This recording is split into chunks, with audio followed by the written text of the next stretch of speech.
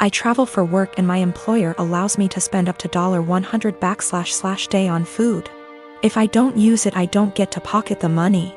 When traveling, I make sure to use the full $100 every day, so I'm eating very well. My wife is upset with me because I get to eat out for every meal at least 2 weeks a month. She says it isn't fair and I should just go to the grocery store and bring back food to my hotel.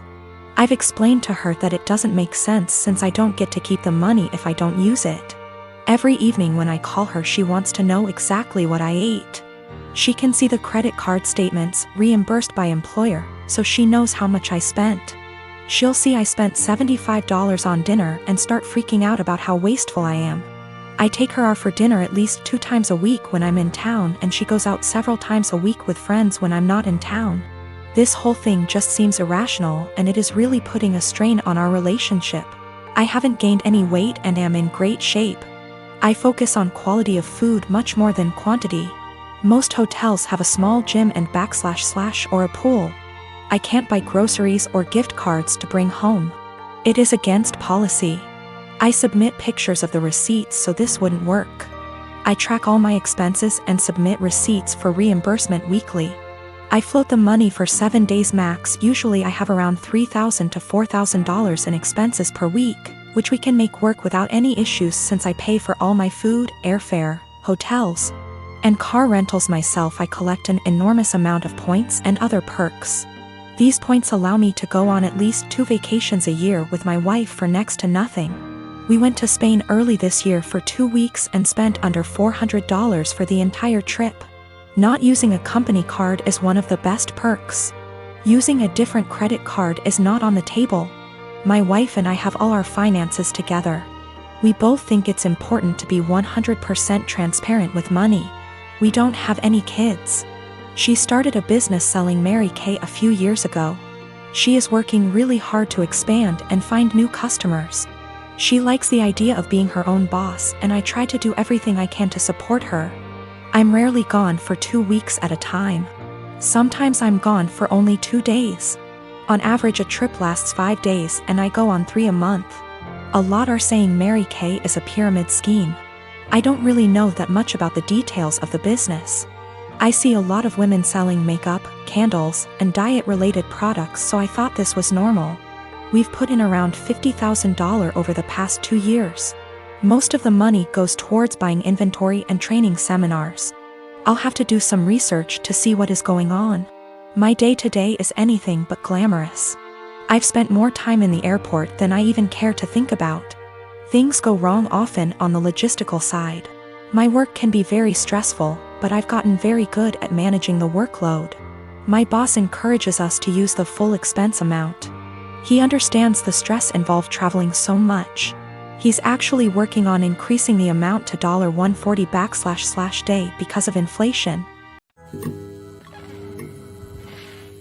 I had a 1967 Impala 4-door that I bought in February 2019. A couple months ago, I bought my first house that had a 2.5 car garage. I moved the car in and started tearing it down for a complete restoration. I had the body in one bay and the chassis in another, plus the whole garage filled with parts.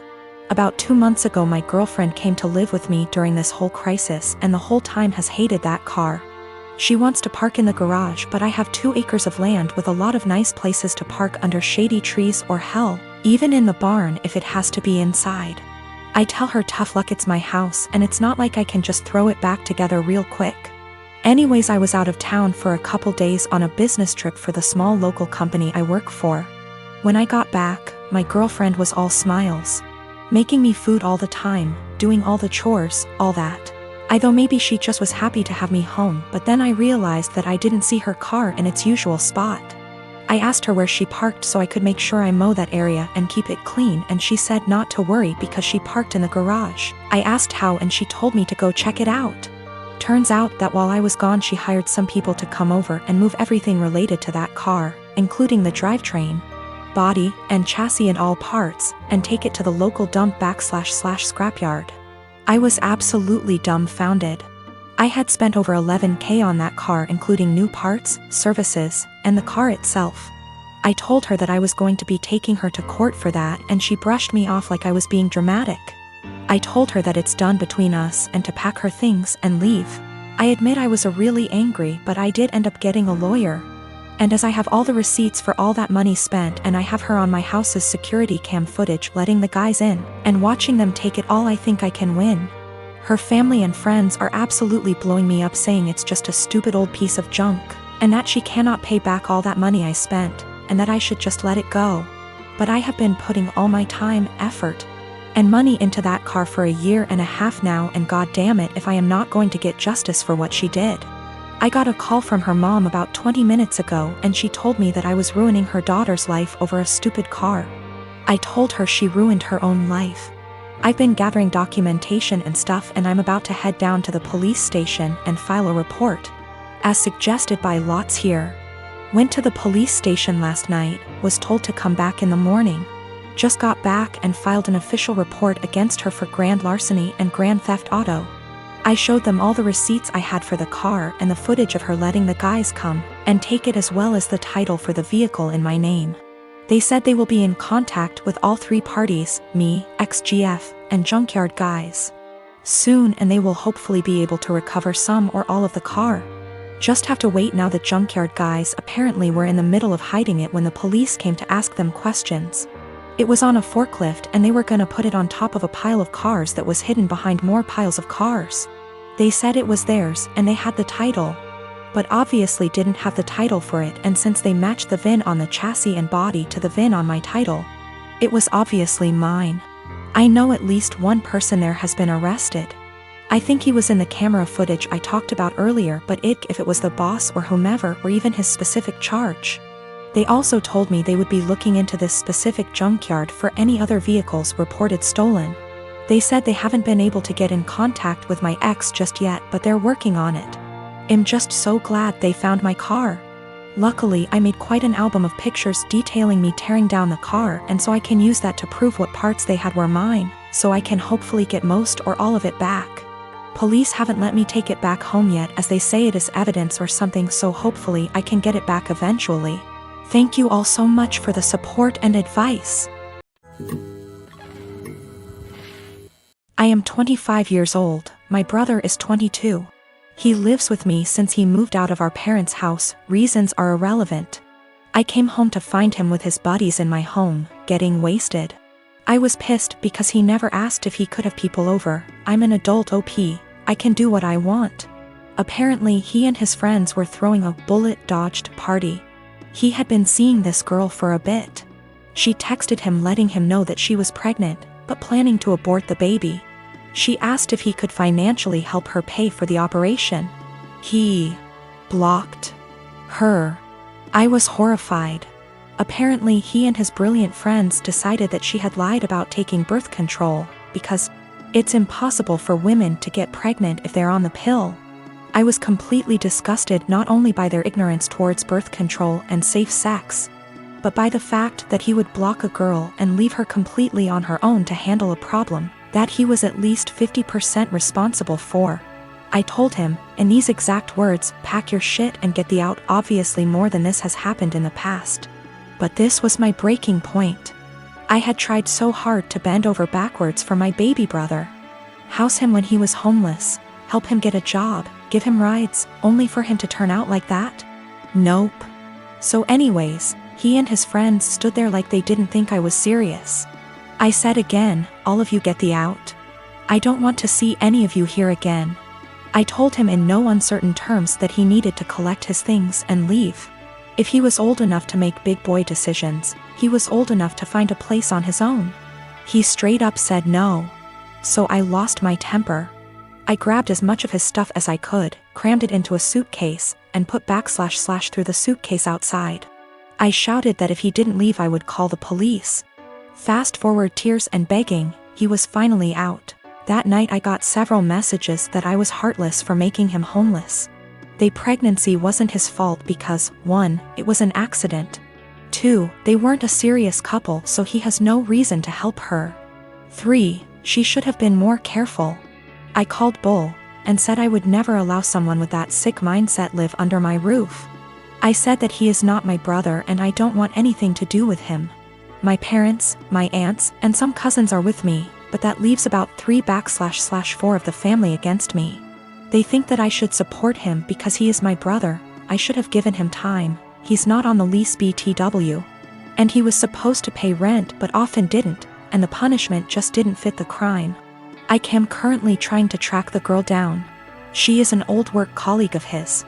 And am trying to find his old coworkers to figure out her contact info and see if I can help in any way. I've been with my wife for 2 years. She has a 21-year-old son. I have a 14-year-old daughter from my previous marriage. My late wife passed away in 2014. She left a few things for our daughter, including a gold jewelry set. Her mom was devastated she didn't get to gift the set to our daughter on her wedding day. I keep it in my closet since it's expensive and my daughter is too young to have it. I'll hopefully gift it to her on her wedding. We were sitting in the kitchen when my stepson was hesitant to ask me something. We're in good terms but have our fair share of arguments. He said his fiancée was taking something from his mother's and my closet, saw the jewelry set and liked it very much. He asked if he could borrow it so his fiancée can wear it at her cousin's wedding. I found this unacceptable. I told him his fiancée had no business being in the bedroom and that the jewelry isn't mine. It's for my daughter. He asked me if my daughter will agree to let him borrow it if he talked to her. I told him not to even talk about it again. He got all pissed and said things I do not remember. When he and his fiancée were at the wedding, I discovered that the jewelry set was gone. I told my wife and we looked all over the house. I called my stepson to tell him about calling the police because I really thought someone stole the set. He said there was no need, that he borrowed it and will return it after they get back from the wedding. I yelled at him and told him to come back with it right then.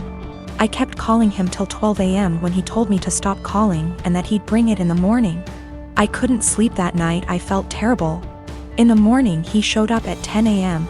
He didn't bring it and started stalling, saying he forgot he'd bring it the next day.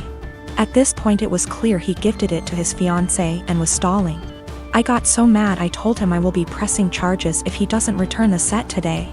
We got into an argument. My wife said his fiancée was the one who wanted the jewelry set. But he was the one who took it and it's not even mine, it's my daughter's, which made it worse. Because I'm responsible for whatever happens to it. His grandparents berated me after I told them this and got mad and defended him when I said that I will be pressing charges. He stole and needed to be responsible for his actions. He didn't respond to my final calls, so now I've given him one last chance, and it's over. I pressed charges today. They're saying calling the police was extreme and cruel. They're all convincing me to back down. He was replying to me sarcastically when I said I'd get the authorities involved, and he didn't take me seriously. His mom said she'd try to talk to him, but I had enough of him stalling, hoping I'll just let it go, so he can make his fiancée happy. I feel like an irresponsible idiot. I can't even look at my daughter without feeling frustrated and infuriated. I'm hurt, but what's worse is that this is my daughter's property that I couldn't take care of. My wife allows them into the room, although I told her not to several times. They're not kids and there should be some boundaries.